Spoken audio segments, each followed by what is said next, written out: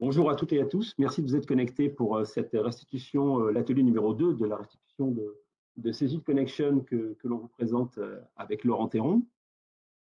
Simplement quelques petites précautions d'usage. Donc, le webinaire est enregistré et tout le monde est unmuté et muté, pardon, afin d'avoir une plus grande fluidité dans les échanges, dans la présentation. Et puis, vous pouvez bien évidemment nous poser toutes les questions que vous souhaitez à Laurent et moi dans le chat ou dans les Q&A qui sont disponibles. Alors, Cegid Connection, au départ, on voulait introduire ce webinaire avec la question qu'est-ce que c'est? Alors, j'en parle de façon plutôt, on va dire, avec l'attitude du candidat, parce qu'en fait, c'était mon premier Cegid Connection antérieurement. Bien évidemment, en tant que silente, je n'avais pas le droit d'y participer. Et j'ai été, je le dis, et comme je l'ai d'ailleurs aux équipes marketing communication, épaté par ce que c'était aujourd'hui en termes d'événements. Donc, c'est 2 jours non-stop. C'est un peu plus de 450 participants qui sont venus à Monaco. Ils sont venus d'un peu plus de 30 pays. Nous avions 280 participants en live streaming, connectés au live streaming, en plus. Et puis, un indice de satisfaction de 100%, alors qui évidemment est très fort et puis très satisfaisant pour nous parce que c'est une très très grosse organisation. Alors, Cegid Connection, les objectifs, c'est évidemment de partager des bonnes pratiques, de partager des questionnements avec ses pairs. C'est aussi bien évidemment de faire du networking et puis de trouver, pourquoi pas sur place, des solutions, des partenaires qui peuvent répondre à des enjeux que vous pouvez avoir à ce moment-là. C'est aussi apprendre, donc on présente beaucoup de solutions lors de Cegid Connection. Et puis, c'est aussi se projeter un peu, c'est-à-dire se sortir de notre quotidien collectivement pour anticiper, avec notamment des choses qu'on avait pu évoquer lors de l'atelier numéro 1 de restitution de Connection, telles que le Metaverse ou alors telles que les practices et la vision du futur qu'a pu nous présenter Emmanuel Vivier du Hub Institute. Donc voilà, ce sont les 4, on va dire, guidelines qui pilotent Connection. Alors, comment c'est organisé? Donc, il y a un certain nombre de sessions plénières, 2 sessions plénières, une par jour. Bien évidemment, on fait aussi un certain nombre d'annonces, mais là, on va y revenir. On a des ateliers thématiques qui permettent de présenter certaines solutions, d'être focus sur certaines solutions. Les ateliers sont répétés tout au long des 2 jours afin qu'un maximum de personnes puissent assister à un maximum d'ateliers. Et puis, je finirai par les témoignages clients. Les témoignages clients, c'est fondamental. On a mis beaucoup d'emphase sur ce sujet lors du Connection de cette année, parce qu'en fait, les meilleurs ambassadeurs, au-delà des formidables équipes d'avant-vente de Laurent Théron, mais les meilleurs ambassadeurs de nos solutions sont nos clients. Et c'est pour ça qu'on essaie évidemment de vous satisfaire autant que possible, afin que vous puissiez, on va dire, redéployer la bonne parole et puis aussi dire des choses qui peuvent être en amélioration chez nous. On est évidemment toujours preneurs. Alors, comment c'est organisé là d'un point de vue structure event? Donc, on a un Innovation Store qui permet de présenter in situ sur un certain nombre de fonctionnalités nos produits, toute notre gamme produits. Un village partenaire, parce qu'il nous paraît évident de dire que on ne peut plus aujourd'hui, en tant qu'éditeur, quelle que soit notre taille, répondre à tous les enjeux du retail qui arrivent et qui vont arriver. Donc, on a un village partenaire fort, des partenaires applicatifs notamment, qui viennent compléter nos offres sur des sujets divers, afin que vous puissiez trouver dans notre écosystème une solution globale qui réponde à vos attentes. On a mis beaucoup l'emphase sur la Customer Experience avec une Customer Experience Center. En fait, aujourd'hui, notre projet Cegid s'appelle Cegid Forward pour 2022-2026. Et tout est drivé par la Customer Experience. Donc, on a voulu illustrer au travers de cas concrets sur un espace qui était dédié. Pas mal de prospectives avec le Metaverse qu'on a présenté donc, dans la restitution numéro 1, que l'on a travaillé en partenariat avec Retail VR, un de nos partenaires, dans lesquels on présentait des expériences immersives qui permettent aujourd'hui on va dire, qui ont permis d'appréhender ce qu'était le Metaverse et les NFT notamment. Un Cegid Retail Live Store Factory, qui était une présentation tout à fait intéressante, un peu de nos cuisines de l'arrière-cour, et de se dire comment est-ce qu'on fait dans l'environnement Live Store, avec, dans une logique CI/CD, une nouvelle fonctionnalité la veille pour le lendemain. Et la veille pour le lendemain, c'est tout à fait le cas, puisqu'on nous a proposé une évolution à faire dans nos produits. le jour 1, que l'on a présenté le jour 2, et au travers de toute la démarche qui est exposée derrière. Hein. Donc, c'est le recueil du besoin, c'est l'analyse, c'est le développement, c'est le test, et c'est toute la logique aussi du mix UI qui accompagne chacune de nos réalisations. Et puis, un partenaire Submit, c'est donc tous nos partenaires, qu'ils soient partenaires intégrateurs, partenaires distributeurs, qui venaient de très nombreux pays, évidemment, pour lesquels on se doit de donner un maximum d'informations pour qu'ils puissent répandre la bonne parole au niveau mondial, puisqu'on peut le dire, Cegid Retail, c'est une activité mondiale avec l'ensemble de nos pods qui sont répartis sur la planète afin de pouvoir toujours vous apporter le même niveau de solution, quel que soit votre lieu d'implantation. Alors, évidemment, on peut joindre aussi l'utile à l'agréable, et quand on est à Monaco, il faut savoir en profiter. Donc, nous avons fait donc, une beach party, une remise de ward, un dîner de gala, et dans un lieu, comme vous le voyez là dans les charts, plutôt très agréable. Alors, en fait, et de tous les ateliers que j'ai présentés antérieurement, bah, évidemment, tout était visible. Les extérieurs étaient visibles, donc c'était effectivement très, très agréable. Donc voilà, donc un très bel event qu'on souhaitait vous présenter de cette manière-là. Les thématiques abordées, alors elles étaient très très larges, hein, on en a fait un extract aujourd'hui, donc on a parlé du commerce unifié avec le nouveau parcours, on a parlé des rôles, les nouveaux rôles du magasin et du super vendeur, parce que c'est quelque chose qui va rester un peu en filigrane et en fil rouge de notre présentation d'aujourd'hui, mais bien évidemment aussi quelque chose qui est forcément un point d'attention pour vous, hein, dans un environnement de plus en plus contraint, de plus en plus difficile. Capitaliser sur les ressources en magasin, c'est quelque chose de fondamental et on en a beaucoup parlé pendant Connection, on va vous en parler encore aujourd'hui. Le pilotage des stocks avec le commerce unifié, toute la logique de data qu'on a présentée dans les ateliers numéro 1, toute la supply chain, repensée avec le Made in France autour de l'offre hors ligne notamment. On a parlé d'innovation utile, j'ai peu soulevé le voile avec le Metaverse, mais c'est aussi l'iStore, c'est aussi beaucoup de sujets qui ont été traités à Connection. Les nouveaux modèles RSE qu'on va aborder aujourd'hui, la cybersécurité, pas mal de clients retail ont été ou sont la cible de hackers. Et aujourd'hui, tout ce qui est logique SaaS et la sécurité qui tourne autour du SaaS me semble être un point fort. On l'a illustré à Connection. La partie compliance qui en France ou à l'étranger ne va pas aller en s'arrangeant. Donc, c'est quelque chose aussi sur lequel Cegid a une pratique depuis très très longtemps et renforce encore ses équipes et ses outils.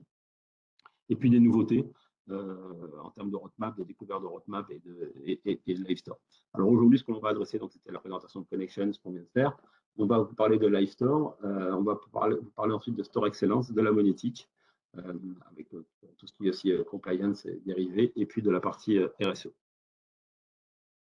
Une fois qu'on a passé le disclaimer rapidement, comme vous l'avez vu, on va vous parler de Live Store qui est pour nous la réponse à la place du magasin physique et puis à la possibilité qu'on donne d'avoir une nouvelle expérience à la fois staff, mais aussi bien évidemment client final, puisque c'est le but de tout ce qu'on peut réaliser.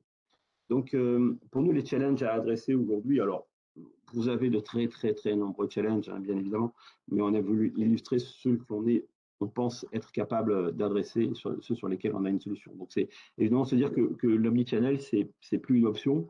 Ça l'est pas depuis, ça l'est plus une option depuis assez longtemps, et ça deviendra de moins en moins. Et toutes les pratiques, tous les nouveaux usages sont à nos portes ou déjà chez vous. Et puis, il est inévitable que vos clients finaux nous poussent à en créer de nouveaux. Donc, l'omnichannel restera encore quelque chose d'important, et même sans aller jusqu'à une logique de metaverse qui serait intégrée à tous vos canaux de distribution. Pour autant, il y a beaucoup de nouveautés qu'il faut savoir intégrer. Ce qu'on se propose aussi d'adresser comme challenge, c'est d'avoir un nouveau rythme. C'est-à-dire que tous les process mobiles en magasin amènent un nouveau rythme dans la relation avec nos clients finaux, mais ça nous oblige, nous en tant qu'éditeurs, à trouver aussi de nouvelles solutions pour apporter plus de valeur métier plus vite dans les magasins, pour pouvoir restituer toute l'intelligence qu'il y a dans vos entreprises pour adresser vos clients finaux. Et nous, on doit le restituer de manière IT, de façon la plus sécurisée, mais déployer encore plus vite que ce qu'on pouvait faire. Et puis, c'est évidemment, pour vous, en termes d'enjeu, hein, c'est promouvoir aussi un environnement qui, on va dire, un environnement qui soit plus RSE, qui soit plus sustainability, comme disent nos amis anglo-saxons, que ce que ça pouvait être le cas aujourd'hui. C'est un des enjeux, je pense aussi, de différenciation de chacune de vos marques, de chacune de vos enseignes vis-à-vis du marché. Alors, on a présenté à Connection beaucoup de statistiques, beaucoup de charts. Évidemment, là, aujourd'hui, on ne peut pas faire la restitution de l'ensemble. Pour autant, on a extrait quelques données qui nous paraissent intéressantes, hein. Donc, tout ce qui est buy online, pick up in store, on voit que le NRF nous a communiqué certains chiffres, hein, en début d'année, que plus de 75% des clients finaux sont intéressés par cette logique. Et on voit que plus de 90% de ceux qui l'ont utilisé trouvent que c'est extrêmement pratique. Alors évidemment, une fois qu'on a dit ça sur un tout petit chart comme ça, avec une toute petite phrase, les implications, elles sont énormes. Elles sont énormes en termes de gestion de stock, elles sont énormes en termes de formation du personnel en magasin. Mais par exemple, on ne prend que deux cas, elles sont évidemment aussi énormes en termes d'outils à utiliser. Et c'est là qu'on peut intervenir. Alors, notre vision, en fait, on pense qu'il y a des objectifs majeurs, des objectifs importants. Et je vais démarrer par le fait de pouvoir apporter des solutions qui aident les personnels en magasin à augmenter l'expérience de vos consommateurs. Quand ils achètent, là aussi, l'expérience, elle doit être forcément distinctive.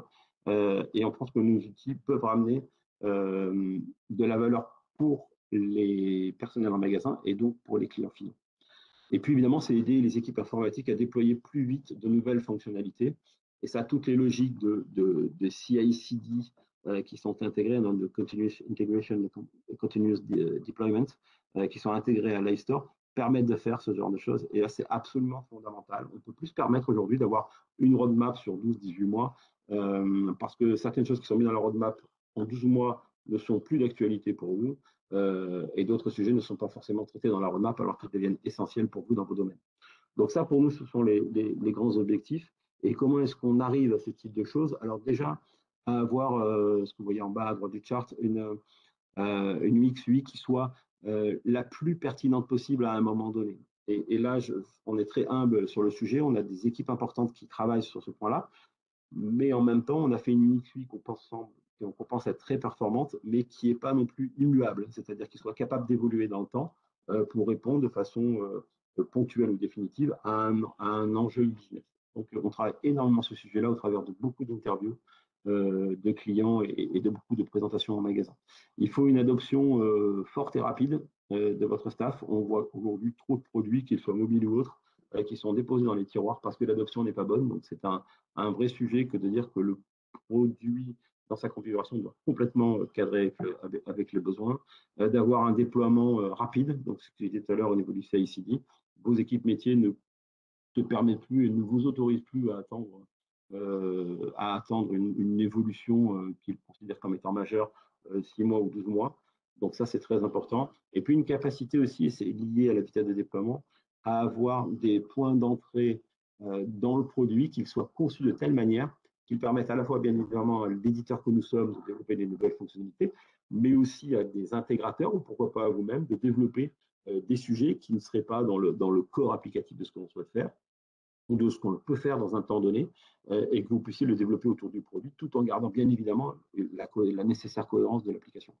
Donc, toutes ces évolutions-là, elles sont dans la réponse qu'on se propose de vous donner avec LiveStore, qui est une réalité LiveStore aujourd'hui. Hein. J'en parlerai un peu après, mais c'est une quinzaine de clients qui ont déjà adopté LiveStore. C'est un produit qui est déployé et qui est pour nous de toute façon quelque chose de complètement fondamental et stratégique, puisque à terme, dans un terme que je ne suis pas capable de vous donner et sur lequel on ne cherche pas non plus on va dire, à avoir une date donnée, mais à terme, c'est destiné à remplacer tout ce que vous connaissez d'Y2 et de WinStore pour les clients ex-Sealand, que ce soit en fixe ou en mobile. Donc, c'est absolument fondamental. Et LiveStore, c'est un bouquet d'apps qui sont développés dans des technos de type React.js.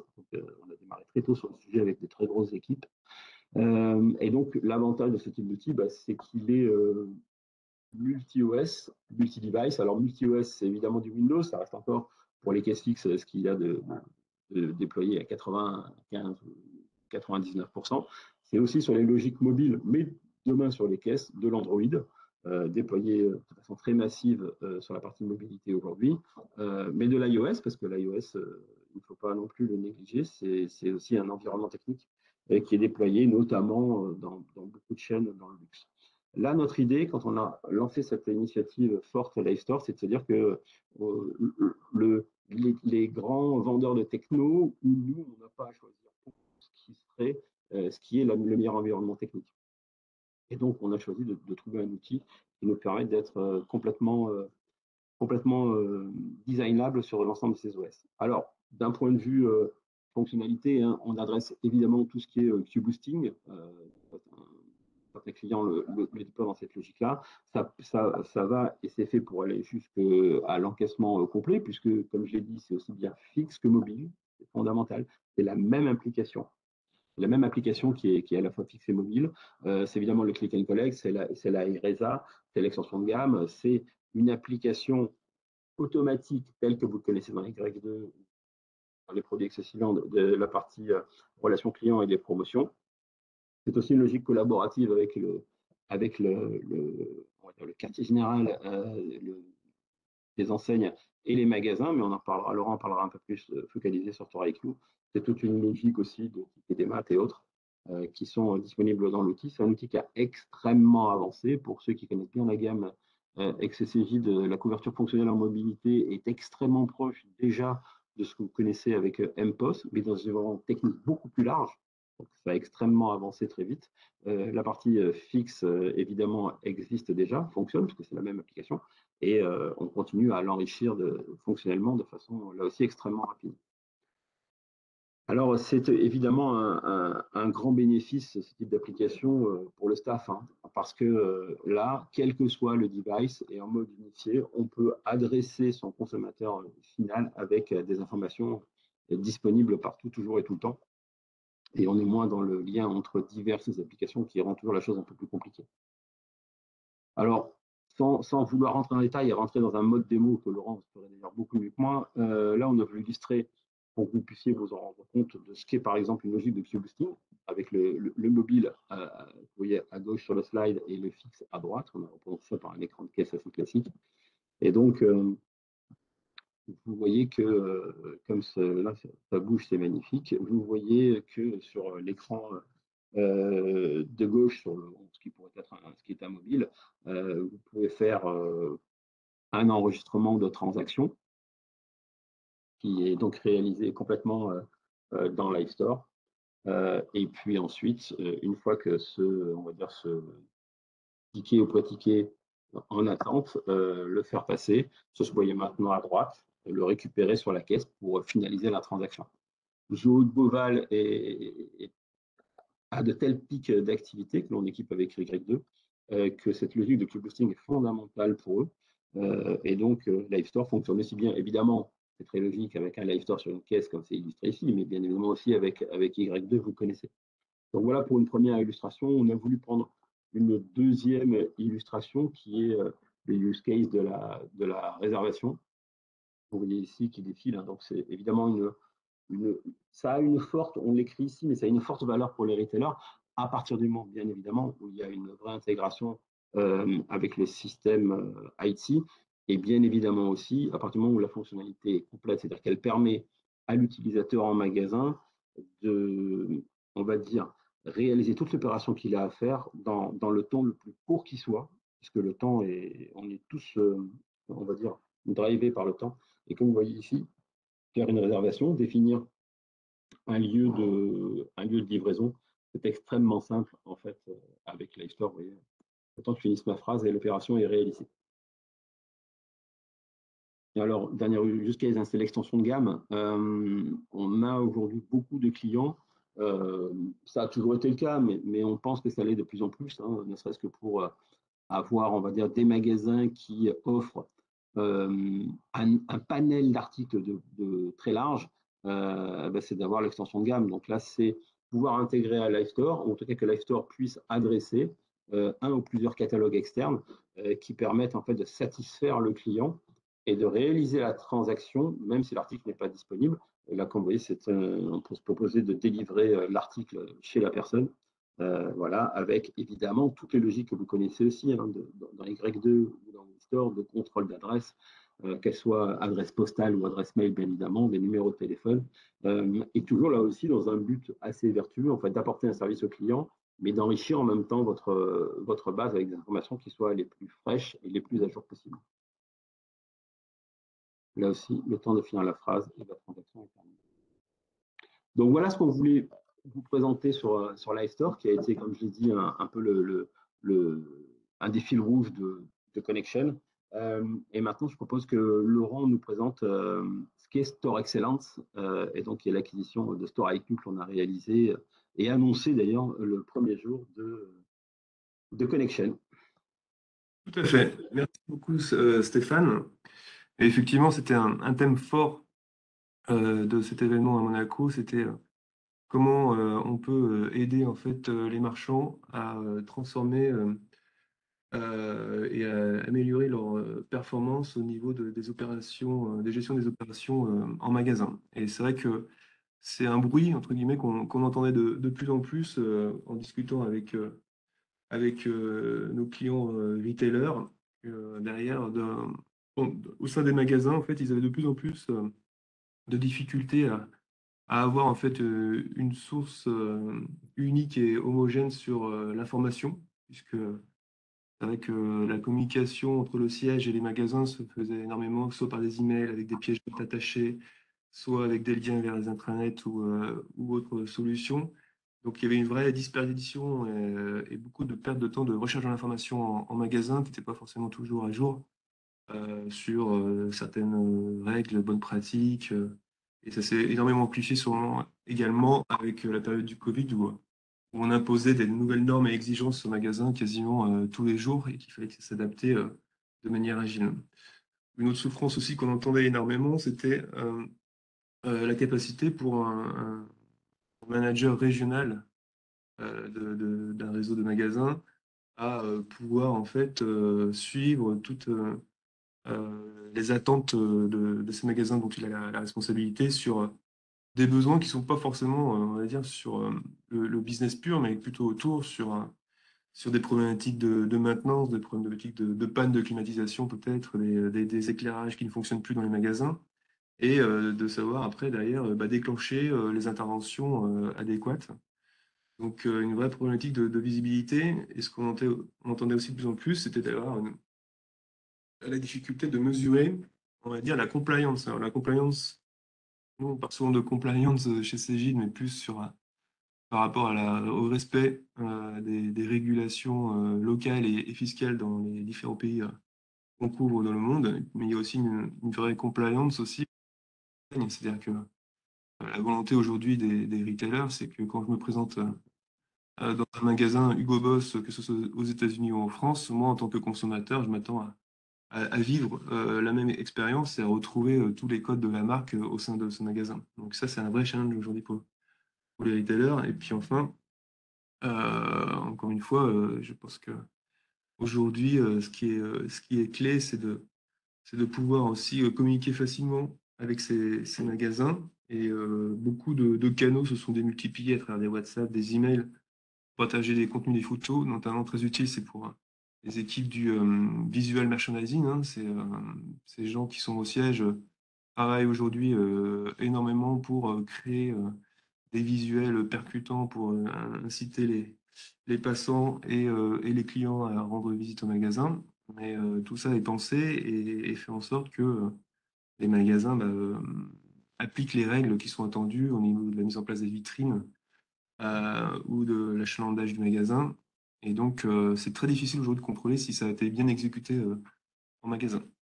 Donc, évidemment, on a eu la chance à Cegid de pouvoir en fait capitaliser sur l'expérience de StoreIQ. On a fait cette belle acquisition parce que il semblait évident que leur solution répondait parfaitement à tous ces enjeux et que c'était un véritable facilitateur pouvoir aider à simplifier tous ces process et améliorer en fait la visibilité du niveau de performance des magasins. On est ravis d'avoir intégré ces équipes et du coup, on en a profité un petit peu pour rebaptiser la solution Cegid Retail Store Excellence. Donc, qu'est-ce que c'est que Cegid Retail Store Excellence? Aujourd'hui, c'est vraiment une solution qui va vous aider euh, de manière très facile à améliorer en fait l'engagement des collaborateurs, à pouvoir mieux gérer aussi les tâches qu'on leur soumet au quotidien et à pouvoir aussi donc lisser les charges. c'est vraiment très important. Effectivement, je pense que vous avez tous la difficulté aujourd'hui à recruter du personnel. On a du turnover important, donc vraiment engager ses collaborateurs au quotidien, leur donner un sens à leur mission et leur faciliter la compréhension des valeurs de la marque pour qu'ils deviennent de véritables ambassadeurs, c'est quelque chose de clé. Et puis, évidemment, comme l'a dit Stéphane tout à l'heure, je pense que l'omnichannel n'est plus une option, c'est une obligation. Ça a eu des vraies répercussions au niveau des magasins, parce que ces derniers, on leur a demandé maintenant de pouvoir traiter des commandes omni, donc de faire de la préparation de commandes en magasin, d'expédition à l'adresse préférée du consommateur. Donc, toutes ces tâches qui se multiplient, c'est important qu'on puisse bah, les organiser, les structurer dans un magasin et s'assurer que tout a été exécuté correctement. Donc c'est exactement sur ces points-là qu'on va pouvoir répondre à ces attentes à travers un CJ de Retail Store Excellence.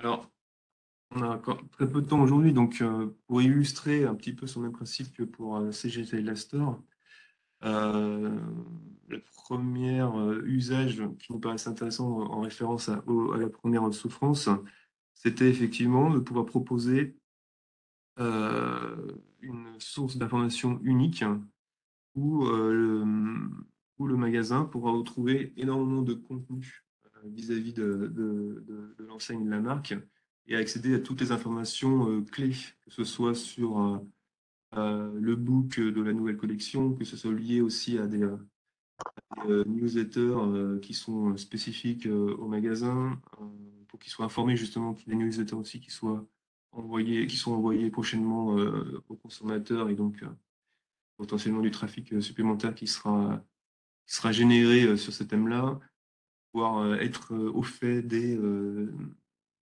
dernières exigences en termes de recrutement, quel est le process qu'on doit suivre. On souhaite recruter aujourd'hui un nouveau vendeur, quels sont les avantages auxquels il pourra bénéficier, quelles sont les exigences en termes de dressing code au niveau des vendeurs en magasin. Donc, toutes ces informations, toutes ces procédures vont se retrouver à un seul et unique endroit dans une version qui est à jour et donc tout est.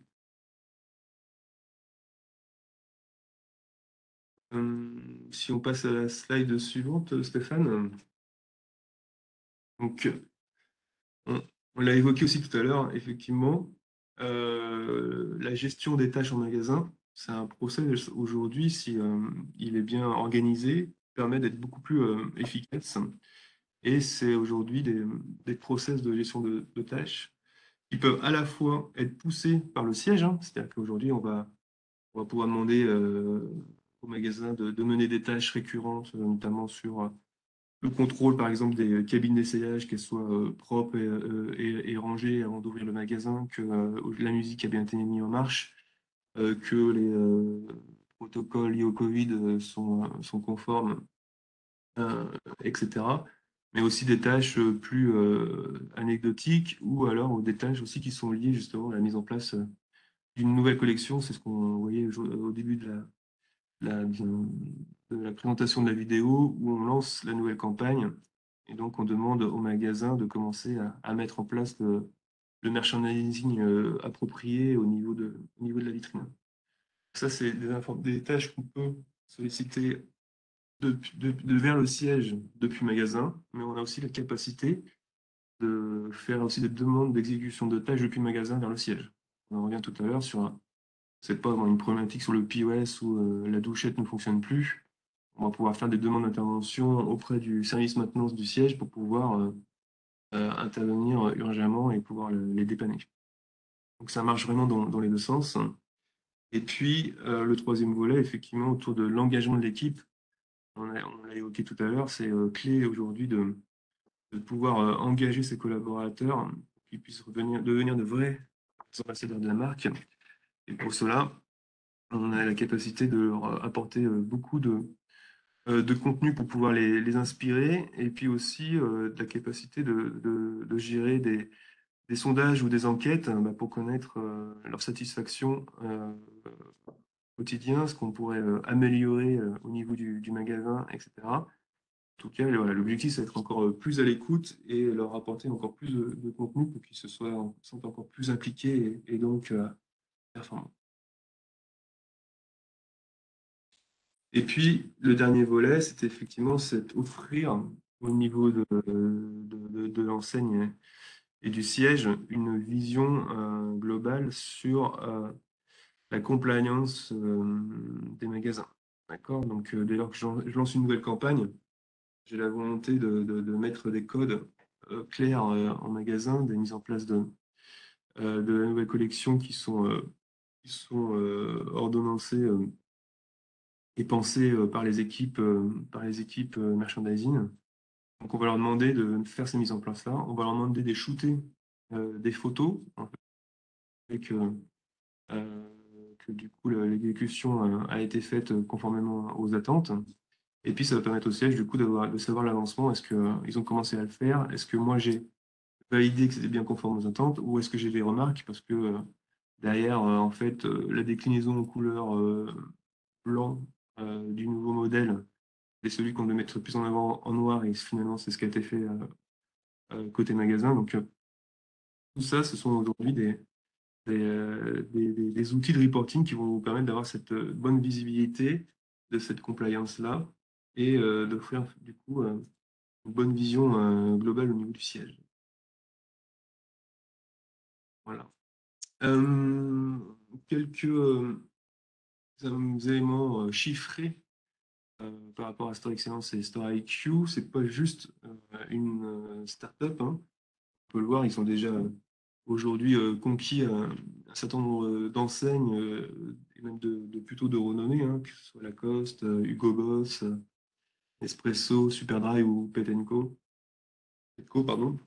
C'est 15 000 magasins qui utilisent leur solution au quotidien et puis qui sont plutôt satisfaits, hein, puisqu'ils ont un taux de rétention, comme on appelle ça, c'est 95% de leurs clients qui leur font confiance, et tout ça dans une dimension internationale, puisque c'est aujourd'hui disponible dans 55 pays et 25 langues.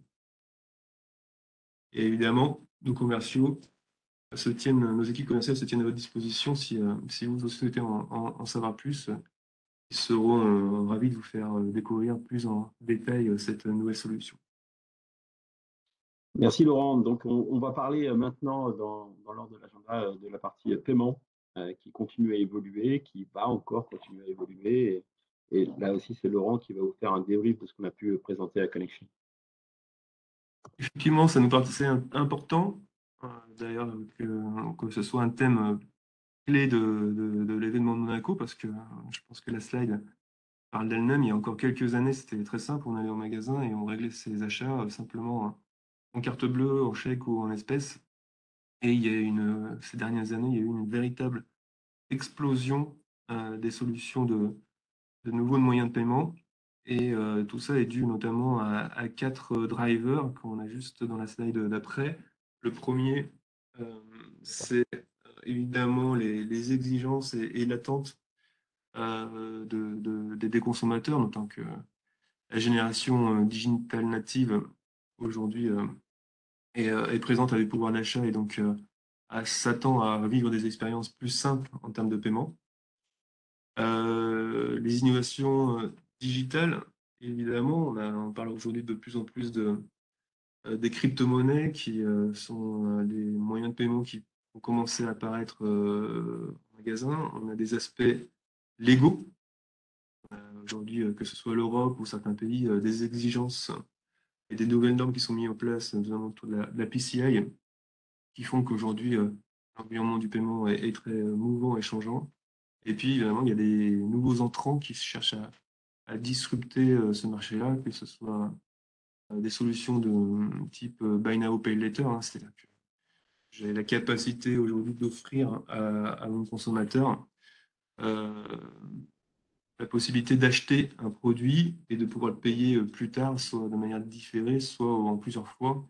Et ça de manière très, très simple et très fluide, parce qu'il faut que ça soit smooth pour le consommateur.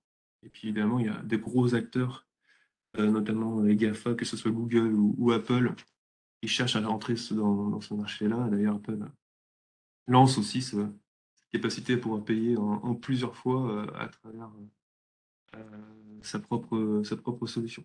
Donc ça a des gros impacts pour un retailer parce qu'il y a beaucoup de questions qui se posent derrière. Est-ce que je dois pouvoir accepter tous ces moyens de paiement dans mes magasins? Est-ce que je dois forcément tous les proposer? Et même si c'est qu'une partie, quels sont les impacts sur mon organisation? Et donc là, il y a une vraie stratégie qui doit être mise en place par les retailers. Il y a différents modèles qui existent, hein. Il y a, ce qui paraît peut-être le plus simple, c'est le one-stop shop, c'est-à-dire que je vais pouvoir en fait trouver un fournisseur, pardon, un partenaire de paiement qui va pouvoir couvrir tous mes besoins, ce qui paraît l'idéal parce que en termes de consolidation au niveau back-office et finance, c'est beaucoup plus simple. Après, il y a aussi quelques limites, ce modèle-là, c'est dès lors que je suis un retailer qui est notamment présent dans des pays où la législation est très compliquée et du coup, le provider n'est pas référencé dans ce pays-là. Il faut qu'on adapte le modèle pour rentrer dans quelque chose où je vais devoir avoir des acquéreurs en fait différents et du coup potentiellement complexifier un peu mon modèle puisque derrière en termes de consolidation forcément ça va devenir un peu plus difficile. C'est pour ça qu'aujourd'hui il y a un nouveau modèle qui existe qui est un modèle avec des acteurs qui vont gérer cette orchestration-là pour vous. Donc, ils vont être un peu dans une approche ce qu'on appelle best of breed. Vous aurez forcément les acteurs les plus pertinents pour chacune des solutions. Et derrière, cet acteur-là va s'occuper de gérer la consolidation pour vous. Et derrière, ça sera beaucoup plus simple en back-office de pouvoir avoir une vision 360 degrés de suivi des paiements exécutés sur vos différents canaux. Voilà, et effectivement, donc ça, on en a tout à fait confiance à Cegid en tant qu'acteur du marché sur le POS. Et comme on a vu tout à l'heure avec l'iStore, et comme l'évoquait aussi Stéphane, on a aujourd'hui des extensibilités euh, et des points d'extensibilité qui sont intégrés dans notre solution, et ce qui nous permet en fait aujourd'hui de pouvoir en fait s'interconnecter très simplement et de manière très fluide avec différents acteurs. Et on avait cette petite vidéo qui permettait notamment d'illustrer le cas avec un parcours dans lequel le consommateur souhaite payer en plusieurs fois son achat et toute l'interaction avec le mobile du vendeur se fait de manière complètement fluide. Donc voilà ce que l'on peut vous présenter. Merci Laurent sur la partie paiement qui est un vaste sujet, comme Laurent l'a dit très justement, qui a évolué et qui continuera d'évoluer. Et le point, à mon sens, saillant à retenir, c'est qu'aujourd'hui, les outils tels que Y2, WinStore, LiveStore, bien évidemment, permettent d'adresser ces nouveaux usages et comme on l'a dit, en accélérant encore le rythme, parce que maintenant, quand une nouvelle practice arrive dans ce monde-là, vous ne pouvez pas attendre des années qu'elle soit déployée dans vos magasins. Donc, le but, c'est d'avoir un environnement technologique qui permet d'intégrer ces nouveaux usages le plus rapidement possible.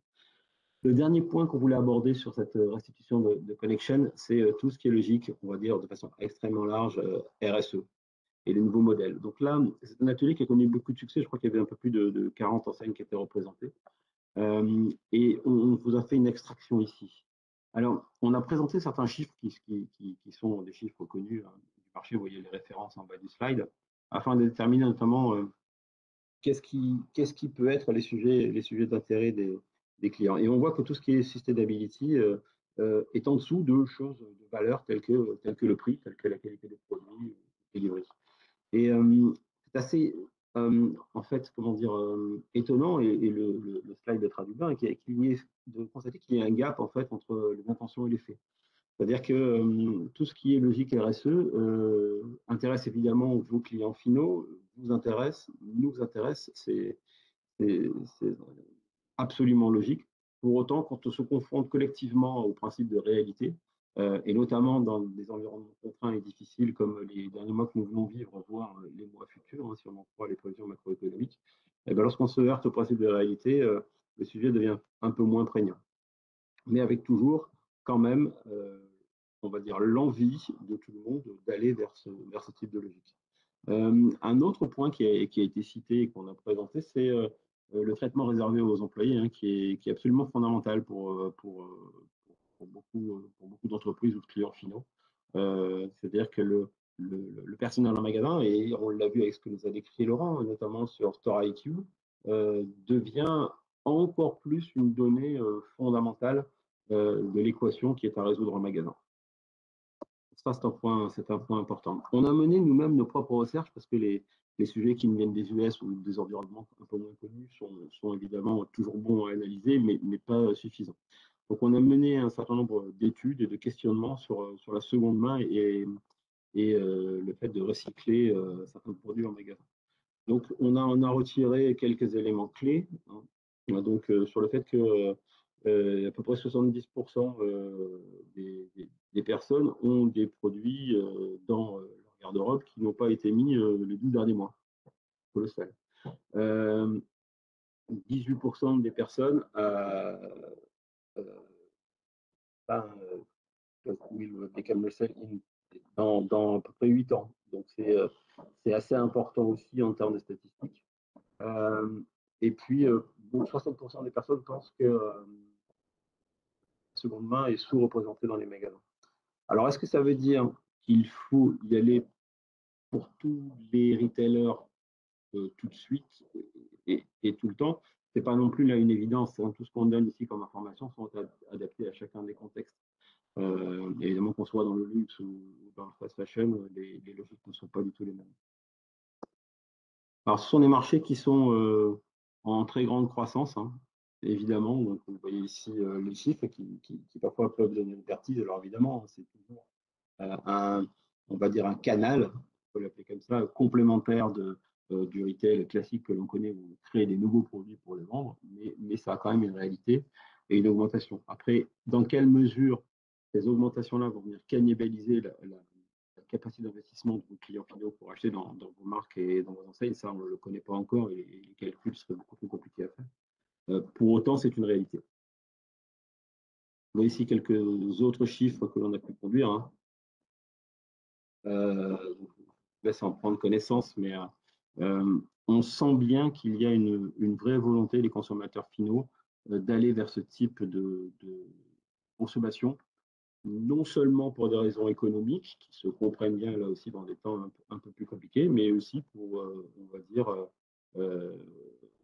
acheter une bonne conscience en termes de comportement. Et ça aussi, c'est extrêmement important. Alors, il y a des initiatives qui ont été prises, hein. Certains se reconnaîtront et sont peut-être autour de ce webinaire, mais des enseignes comme Bonobo, donc Bourbe Manoir, comme Aigle, comme Petit Bateau, comme Citadium, ont lancé des initiatives avec des partenaires de Cégide ou avec nous directement pour intégrer cette logique de la seconde main dans leur process magasin.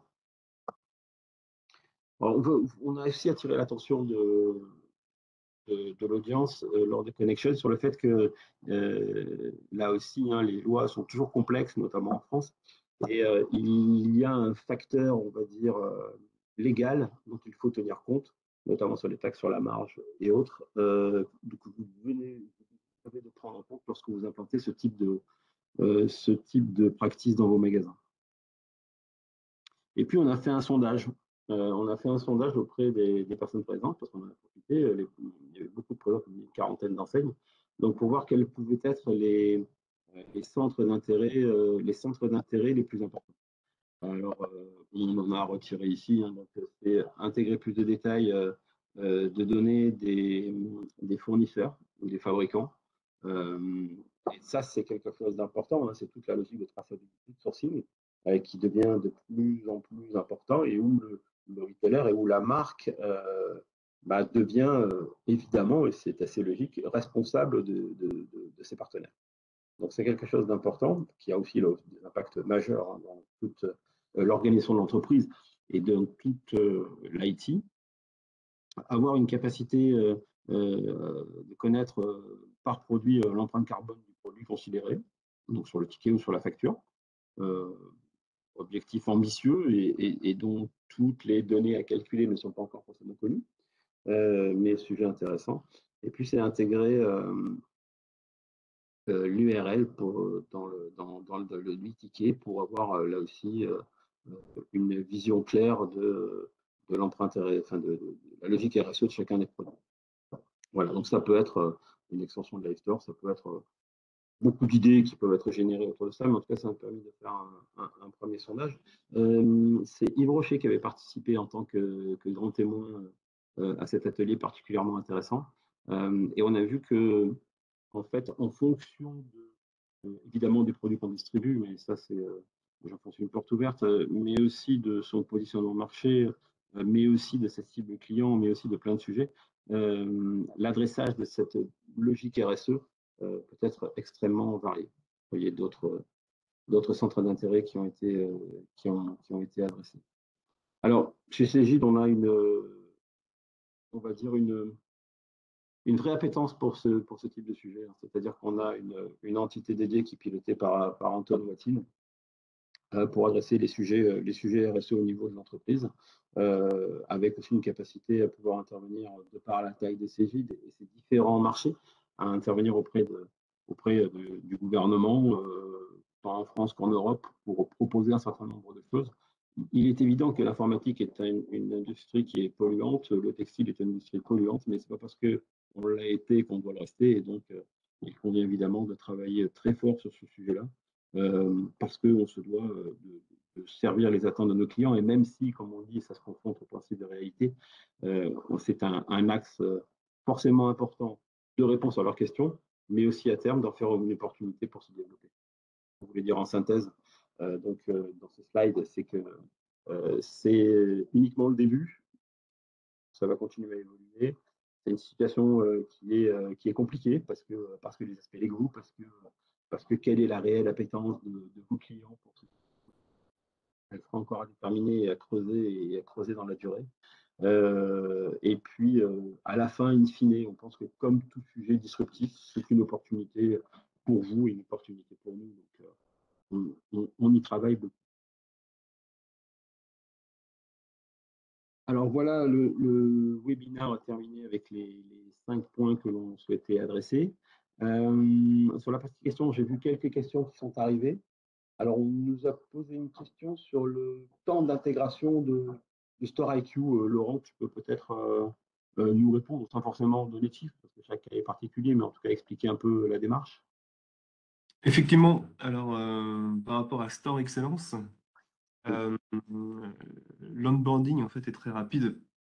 C'est que l'avantage de cette solution, c'est qu'elle est plutôt indépendant du système d'information qui est déjà existant et en place chez nos clients. Donc, l'avantage, c'est qu'ils ont une équipe donc, de CSM, de Customer Success Manager, pardon, qui va, dès le début du projet, en fait, se mettre en relation avec le client pour monter le kick-off, définir le plan d'action et sous un délai en fait, de 6 à 8 semaines, hein, en général, c'est 8 semaines, on va avoir un plan d'onboarding qui va être construit pour pouvoir à la fin déployer complètement la solution et rendre le client autonome, notamment au niveau du siège, pour pouvoir piloter son activité depuis la solution Storage Excellence. Un onboarding très rapide et c'est pas parce que on le fait en 8 semaines qu'on laisse aussi nos clients livrer eux-mêmes après. On a également après des différents comités, des commissions comités de pilotage qui sont animés pendant toutes les 3 semaines et puis après qui s'étalent de plus en plus dans le temps puisque derrière le client est complètement autonome. Merci Laurent. Et évidemment, l'effet corollaire, hein, c'est que c'est une implantation en 6 semaines, mais on ne met pas non plus 40 personnes pendant 6 semaines. Donc le corollaire de ce que vient de nous dire Laurent, c'est que les coûts d'intégration sont assez faibles au regard du service rendu. Hein, ça, c'est un point qui nous paraît être très important. Et là aussi, comme l'a dit Laurent tout à l'heure, vos ingénieurs d'affaires peuvent vous présenter des métriques plus précises que ce qu'on vient de se dire, mais il faut retenir une intégration rapide et fort peu coûteuse. Une autre question autour de Store Excellence, c'est qu'est-ce que l'on pourrait mettre en face de Store Excellence en termes de concurrence. Donc, moi, premier nom qui me vient, c'est Ubik, hein, qui est un nom connu, qui est peut-être utilisé par certaines de vos marques ou de vos enseignes. Voilà, il y en a évidemment d'autres, mais ce que nous, on va amener en plus, bien évidemment, c'est l'intégration avec nos outils, hein. Par exemple, vous avez une to-do list dans Y2, il y a une to-do list dans Store Excellence. Bah, demain, il n'y aura plus qu'une seule to-do list. Là aussi, encore, pour faciliter l'accès à la donnée de votre staff. C'est un seul exemple. Hein.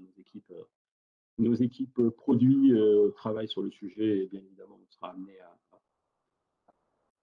un peu plus en détail.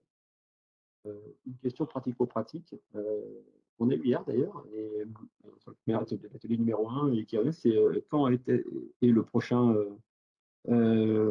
connection. Donc, bah, c'est dans 2 ans, puisque c'est une fois tous les 2 ans. Alors, c'était un peu interrompu avec la période Covid, mais pour autant, c'est tous les 2 ans. Donc, on peut prévoir ça sur le premier semestre de 2024, sans qu'on connaisse déjà l'adresse.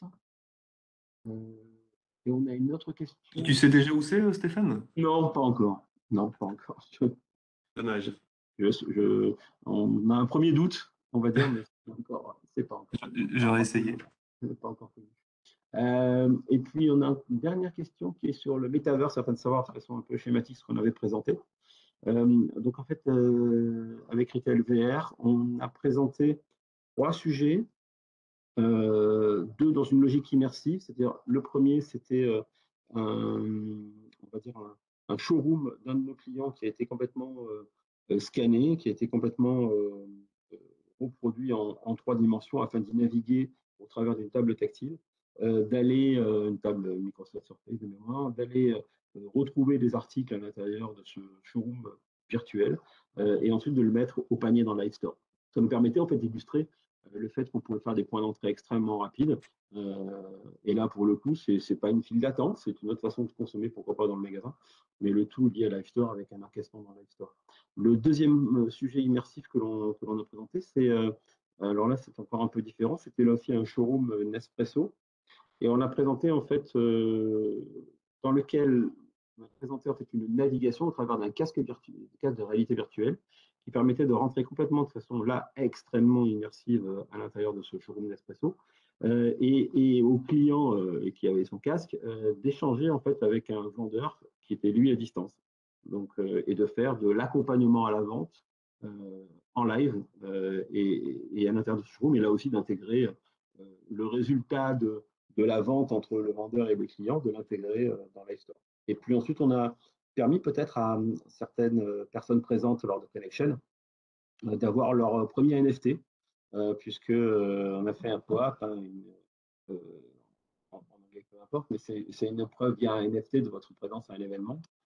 Et donc, beaucoup ont consommé et ont eu leur premier NFT au travers de Connection, et ça nous a permis en fait d'illustrer, pour répondre plus précisément à la question, que le métavers, ce n'est pas quelque chose de nouveau, mais que les technos aujourd'hui nous permettent et vous permettent surtout d'avancer beaucoup dans ce genre de choses, qu'il faut y aller évidemment en test and learn, parce que ce n'est pas forcément l'Eldorado que certains nous promettent, mais en tout cas, ça peut aussi être un nouveau canal de vente.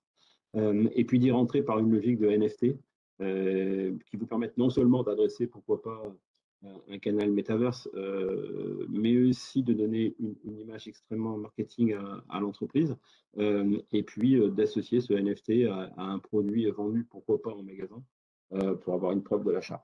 Voilà, il y a plein de practices ont été présentées. Eric Brionnet, le patron de Journal du Luxe, qui en a fait son dada, est intervenu en session plénière et il a présenté ce qui pourrait être pour lui une façon d'adresser ce type de sujet pour les marques et les enseignes.